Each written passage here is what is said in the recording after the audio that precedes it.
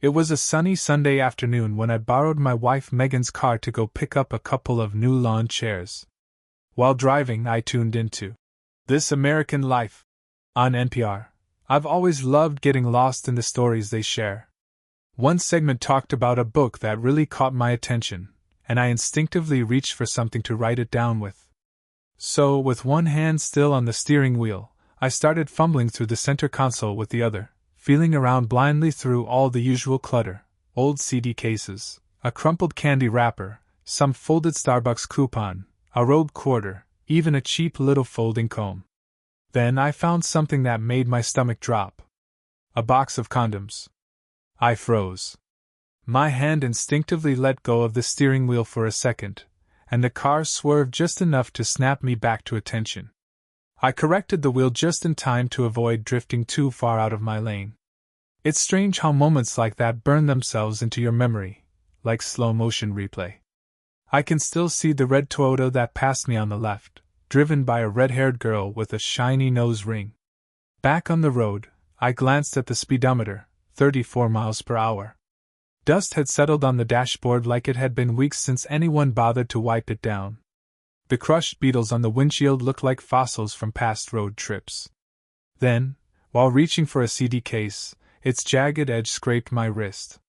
It stung, but I barely noticed. My mind was reeling. What the hell did I just find? My thoughts started spiraling. Had I ever even thought to ask myself, was Megan capable of cheating on me? Had I ever suspected it? And why would something like that be in her car? The panic set in fast. Guilt. Confusion. A voice in my head screamed that maybe I was reading into things too much, maybe it wasn't what it looked like. But another part of me couldn't ignore how wrong it felt. I tore through the car after that. Started with the glove box, moved to the trunk, checked every door pocket and under every seat. I pulled up the floor mats, and even checked inside the emergency kit. That's when I spotted it, a small plastic grocery bag wedged under the passenger seat. I pulled it out with shaking hands. Inside was a small, spiral-bound notebook. The kind you buy for shopping lists or personal reminders. I flipped it open. The first couple of pages were blank, but then I started seeing scribbled notes. Lists. Names. Dates. One line had been crossed out, and that one hit me like a punch to the gut. It was the exact day I'd called in sick from work unexpectedly. That was the day I stayed home. The notes lined up with my travel schedule. The Holiday Inn. The Quality Inn. Places I'd stayed during my business trips. One entry mentioned the Travelodge, scheduled for the next day. A meeting at 1:30 p.m. Suddenly, everything clicked. The condoms. The crossed-out date. The hotels. My wife had been seeing someone. Not once. Not twice. But regularly. Carefully planned, too. For 4 months. It felt like I'd swallowed concrete. This wasn't a one-night lapse in judgment. This was an affair. An ongoing one. There was even more, little signs that pointed to something deliberate, something secretive. The notebook seemed like her personal log. Maybe she'd even been keeping it as a memory. That thought made me sick. I sat there in the driver's seat, completely numb. My thoughts ran in every direction. Was this an affair with a coworker? Someone I knew? Hell, was it even a man? My mind went wild with possibilities, some more painful than others. I didn't know how to bring it up to her. I didn't even know how to look her in the eye anymore. Part of me wanted to scream. Part of me wanted to cry. But more than anything, I just wanted to know the truth, and why. What would she say? Would she deny it? Apologize? Try to spin it? Something like, "I'm sorry, baby. I never wanted you to find out. Please, just forgive me." But no matter how I imagined it, nothing made it hurt any less. Was she going to look me in the eyes and say, "I have to leave you. I made a terrible mistake"? Or would it be something more manipulative? Accusations, guilt trips, maybe even threats to shift the blame? Maybe she'd claim she was pushed into it, that someone seduced her, or worse, that she only cheated to punish me because she thought I was cheating first. My mind ran in circles, playing out every possible excuse she might throw at me. But none of it prepared me for the worst-case scenario that suddenly crossed my mind. What if she'd found out I couldn't have children, and in her desperation to get pregnant, she'd slept with my own brother? The thought sent a chill down my spine. Could that be possible? Was I infertile? Had she known this all along and never told me? Was she so determined to have a child that she crossed the line with my own flesh and blood? It felt like I was spiraling, slipping down some surreal rabbit hole. Ridiculous ideas came flooding in, like maybe I had secret powers, or I was a vampire on some classified government mission. Anything to make this whole mess feel less real, less personal. But this wasn't a fantasy. This was my life. And something was very, very wrong. I carefully placed the condoms and the notebook back where I found them in the car. It felt strange, like putting a loaded gun back in a drawer. When you're drowning in that kind of pain, even your face seems to collapse under the weight of it, like gravity itself is pulling you down. I didn't know what to feel. I didn't know what to do. I'd read enough about infidelity to understand that sometimes women cheat not because they're thrill seekers or malicious, but because they feel broken, trapped, misunderstood. Maybe I'd failed her in some way. Maybe, without realizing it, I'd pushed her away. Still, even in that chaos, a small part of me clung to myself, to my identity. This wasn't the end of the world. Not yet. But the mix of emotions I felt, resentment, rage, sadness, confusion, it was all-consuming. I started questioning everything about my life. About my choices. Was I somehow flawed? Was I becoming someone else just to survive? That night, I put on a mask and pretended everything was fine.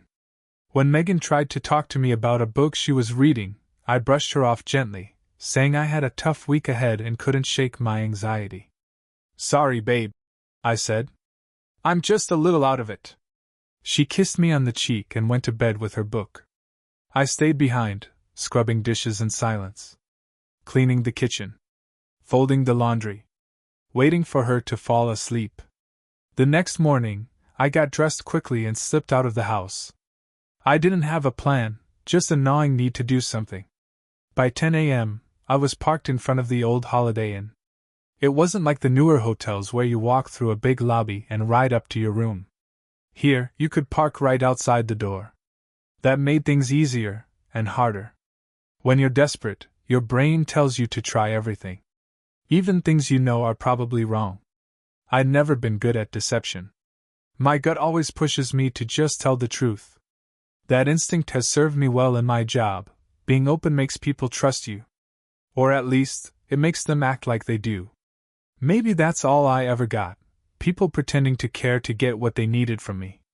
Still, I hoped this would go the easy way. I walked into the front office and greeted the guy at the desk. "Hey, listen. I think my wife's meeting someone here around 1:30. I just want to know who it is." He didn't say anything right away. Just raised an eyebrow.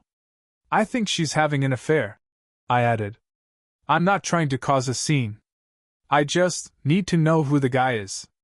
His face hardened. "I'm sorry, sir, but I can't let you see anything. We have to respect guest privacy. And without confirmation that she's your wife, it's against policy." I expected that. But it still stung. He went on. "Besides, we don't know what your intentions are. You could be a danger to her." I thought back to something my old boss used to say: whenever you're heading into unknown territory, make sure you leave yourself extra time. Nothing ever goes how you think it will. If this were some cheesy detective novel, maybe I'd have slipped him a 20 to get access to the cameras. But that's not who I am.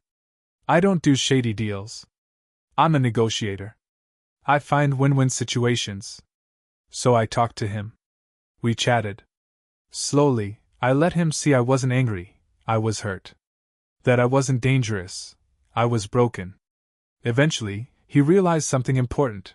If he turned me away, I might just wait outside the hotel and take matters into my own hands. That would be a whole lot messier, for me, for Megan, and definitely for the hotel. In the end, he agreed to let me watch the security feed, but only in his presence. That way, everything stayed above board. I was still on hotel property, under his supervision. Safe. Contained. It wasn't much. But it was a start. I've always found comfort in being able to talk things through, to reach an agreement that leaves both sides feeling like they've won something. As a gesture of goodwill, I grabbed us lunch from the subway down the street. I got myself a classic tuna sub, and the front desk guy went for chicken with bacon and ranch. After parking my car across from the hotel, I headed back in. We sat there together, watching the local news at noon like two guys who had nothing better to do. I didn't hold anything back. I told him about the notebook, the condoms, everything I'd found. Maybe it was the shock, maybe I just needed to say it out loud to make it real. He opened up too, told me about his nephew getting locked up, his dad's failing health, even shared how he once tried the Atkins diet but couldn't stick with it. We joked about calories and carbs over our sandwiches, like we were old friends. In truth, we both knew we'd never see each other again. Then, at exactly 1:25 p.m., she showed up. Megan. She parked at the back entrance, the one farthest from the street, and just sat in her car, talking on the phone. I could see her clearly on the monitor. Her face, her gestures, the way she twirled a strand of her hair around her fingers.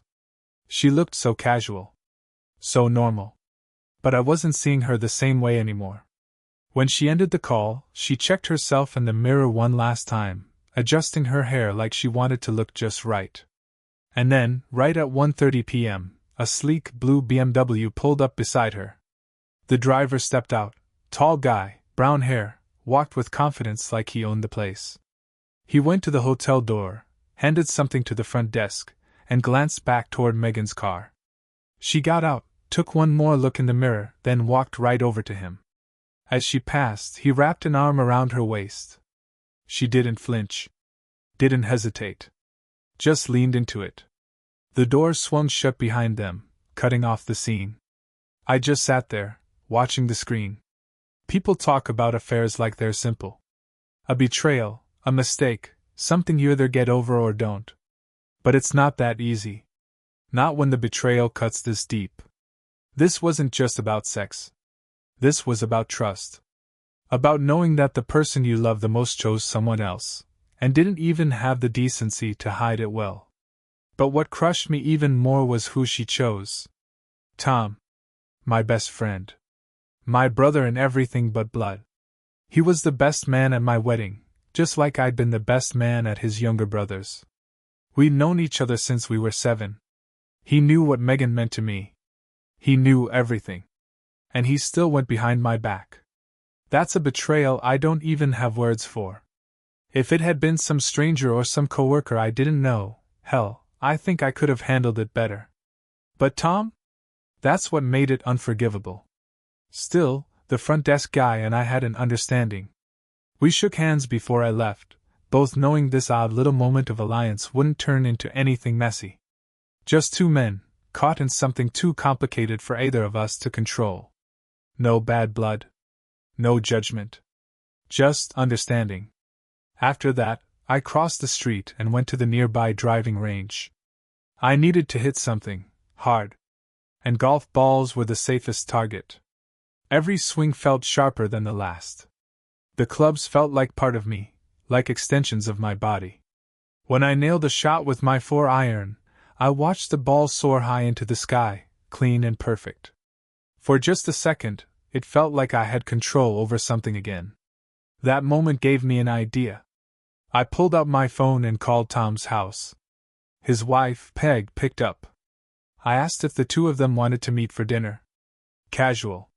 Friendly. Nothing suspicious. I told them to meet me at Sio's at 7. After I hung up, I felt like I just landed a perfect swing. Then I called home and left a message for Megan. Letting her know I'd be home a little early and that we'd meet up at Sio's at 7. I made sure to leave the same message on her cell, just in case she missed the one at home. When I got back around 6, I could hear the shower running. Her gym bag was sitting open on the floor near the bedroom, practically inviting me to take a peek. I caved. I rummaged through it, hoping, maybe even expecting, to find something that would confirm what I already knew deep down. But there was nothing. Just gym clothes, a towel, her water bottle. Nothing incriminating. I called out to her, saying I was hopping in the shower too. Maybe this would be the last time I'd be with her like this. Maybe my last shot to feel something before everything came undone. She curled up against me afterward, breathless, her skin warm and damp. "That was amazing," she whispered, still catching her breath. We talked about how we should make this a regular thing again. For a brief moment, it felt real, like we still had something worth saving. Her affection felt genuine, like maybe this whole mess was just a bad dream. But deep down, I knew the truth. I had a plan.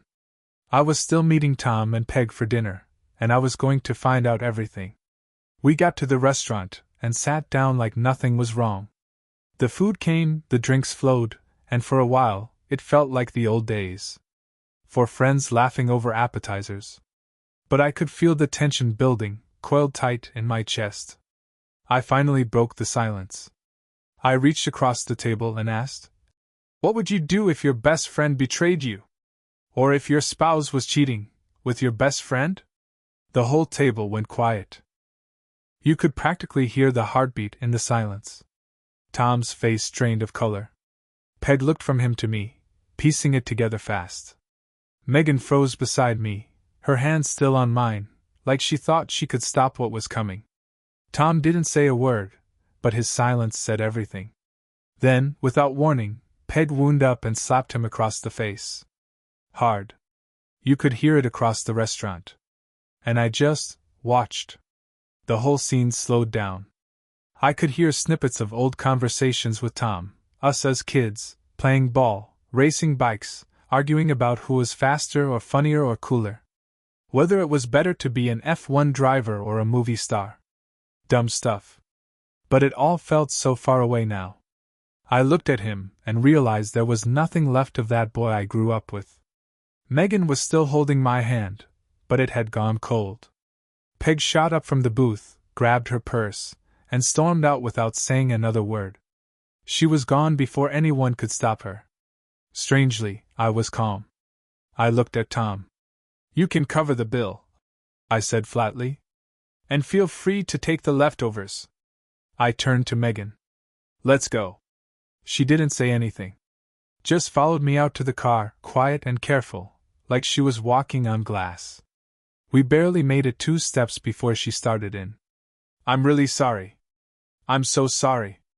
I kept my voice cold. "Yeah? What are you sorry for, Megan? Sorry you got caught? Sorry you destroyed our marriage?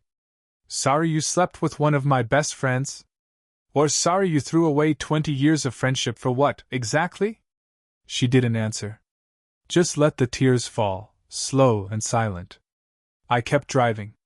She opened her mouth again, but I raised a hand to stop her.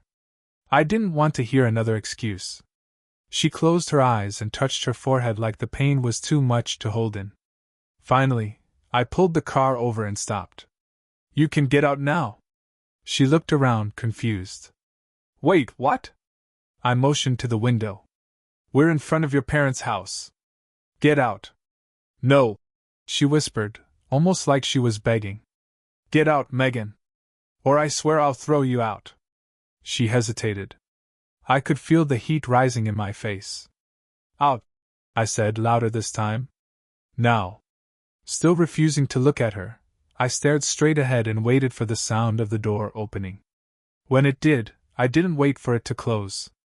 I hit the gas and drove away without saying another word.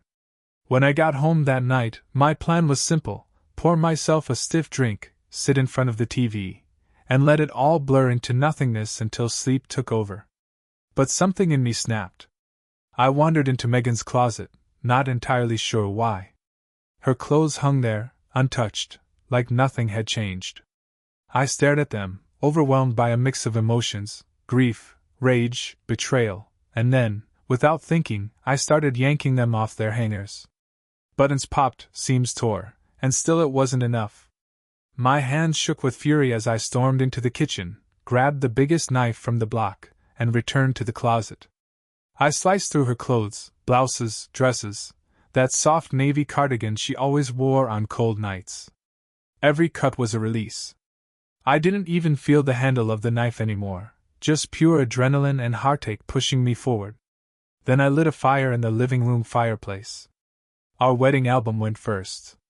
I watched as the flames curled around the photos, our smiles, our vows, the memories of a life we'd promised to build together. Then I grabbed a handful of her underwear and tossed them in, one at a time. Each one caught fire like kindling, disappearing in a flicker of heat and smoke. Afterward, I sank into the armchair, numbly flipping to an old football game. I watched the players run and tackle and cheer while my whole world smoldered in that fire. Eventually, the exhaustion set in, and I drifted off in a fog of whiskey, ashes, and betrayal. Those hours were hell. They didn't bring clarity or peace, just the hollow ache of realizing that love, when poisoned by lies, can rot faster than you ever thought possible. In the darkness, I finally understood what jealousy could do to a man. The way it twists everything. The way it makes you question who you are. By morning, a strange calm had settled over me.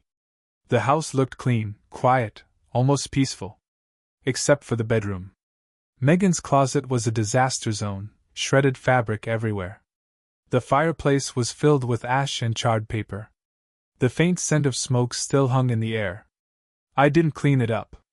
Instead, I stepped into the shower, letting the water wash over me like it could somehow rinse away the wreckage. Images from the night before crept into my mind, how we'd been together one last time, how I'd almost believed in her again.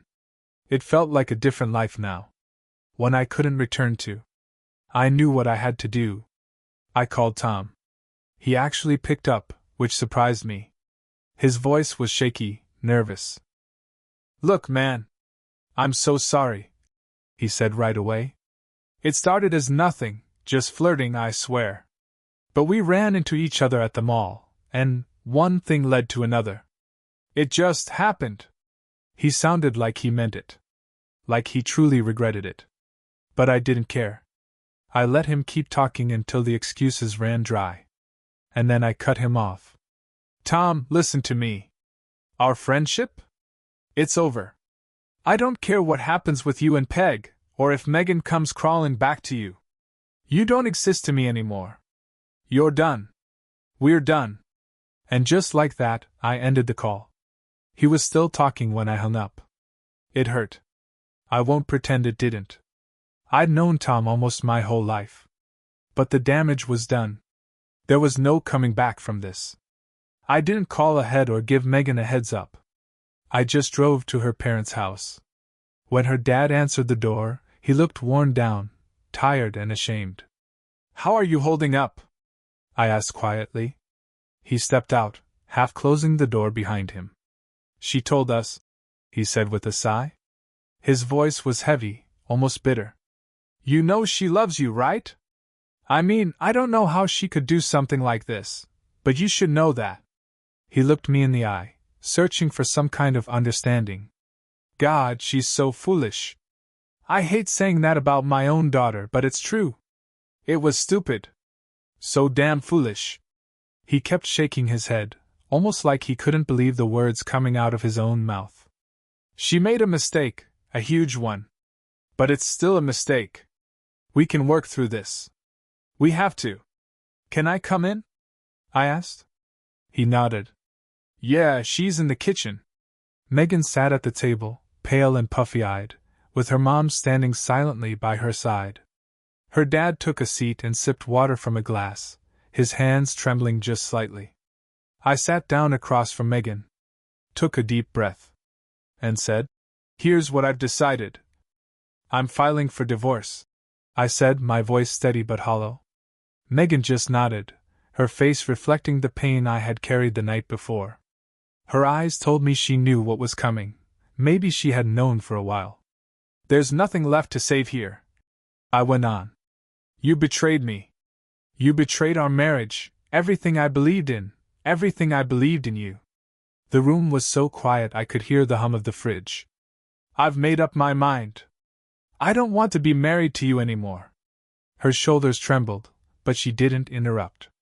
The hurt on her face was raw and real, but it didn't change what had to be done. You might love me. Hell, I believe you do. But that's exactly why I'm leaving. I want you to feel the pain of losing me. I want you to live with that. A strange sound escaped her lips, a guttural, broken sob that almost sounded like a gasp of pleasure. It was unsettling, how close those two emotions can sound in their most extreme forms. I leaned forward. Megan, are you listening? She didn't speak. Just lowered her head and nodded silently.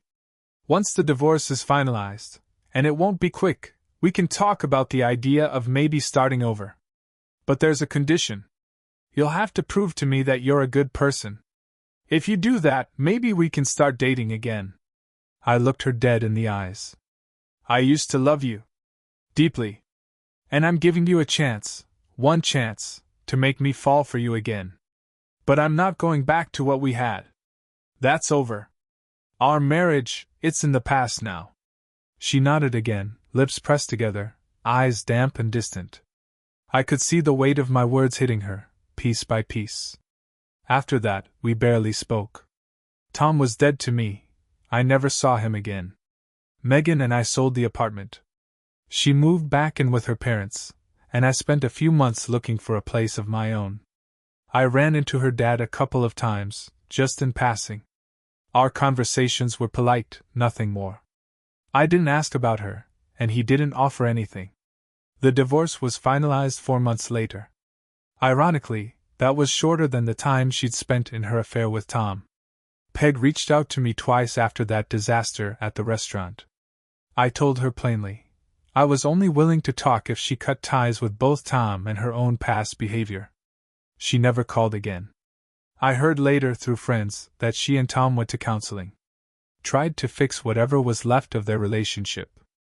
As for me, I left the country. Booked a trip down to Chile. Hiked mountains. Climbed cliffs. Breathed new air. And for the first time in a long time, I felt like I could actually breathe again. Physical exhaustion was the best kind of therapy. When I got home, there was a message waiting on my office phone. Megan. She wanted to talk. On the way back from the airport, I decided to call her. Hey, I said, keeping it casual. Everything I'd been through had stripped away the polite niceties. I was done dancing around things. I told her I was back in town and asked if she wanted to meet. What are you doing this afternoon? I asked. Want to grab a drink? When I arrived, she was already sitting in a booth, a glass of water in front of her. She looked up and met my eyes. I nodded, taking the seat across from her. No small talk. I dove right in. Shall we talk this through? I asked. Is there something you want to say? Or ask? Or suggest? She hesitated. I want to try, she said finally. To give this a chance. Her voice shook, but there was something honest in it. What do you want? I asked. I needed her to be direct. No more secrets. She closed her eyes, clearly weighing every word. Should I apologize? Is that what you want? Should I say sorry again? What should I do? Then she went quiet. Her voice dropped to a whisper. I should also tell you. I'm pregnant. My eyes dropped to her stomach. The dress, loose, flowing, suddenly made sense. But my heart stopped. I didn't know whose baby it was. And neither, it seemed, did she. That's when Megan started to cry. I was so stunned I couldn't speak. I just reached out, took Megan's hand, and gently led her out. We drove straight to a clinic for a DNA test. I didn't even know what else to do. My mind was spinning, and I couldn't process what was happening. The silence in the car was thick, broken only once when I asked, my voice trembling. Does Tom know you're pregnant? She looked away. I sent him a message, but he never responded. That answer made my blood boil. That coward. That pathetic excuse of a man couldn't even face the consequences. We didn't say another word the rest of the ride. After the test was done, I took Megan back to her parents' house. Then I went home and just waited. That night I barely slept. I tossed and turned, staring at the ceiling like it held some kind of answer. My mind was filled with questions, dread, and an aching kind of hope I hated myself for still having.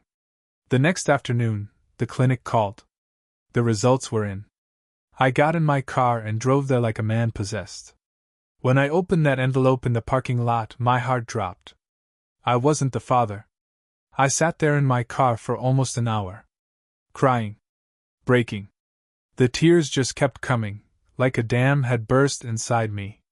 All of it, our marriage, the affair, the betrayal, the final chance at redemption, it all ended right there, in black and white. It was over. There was no future for Megan and me.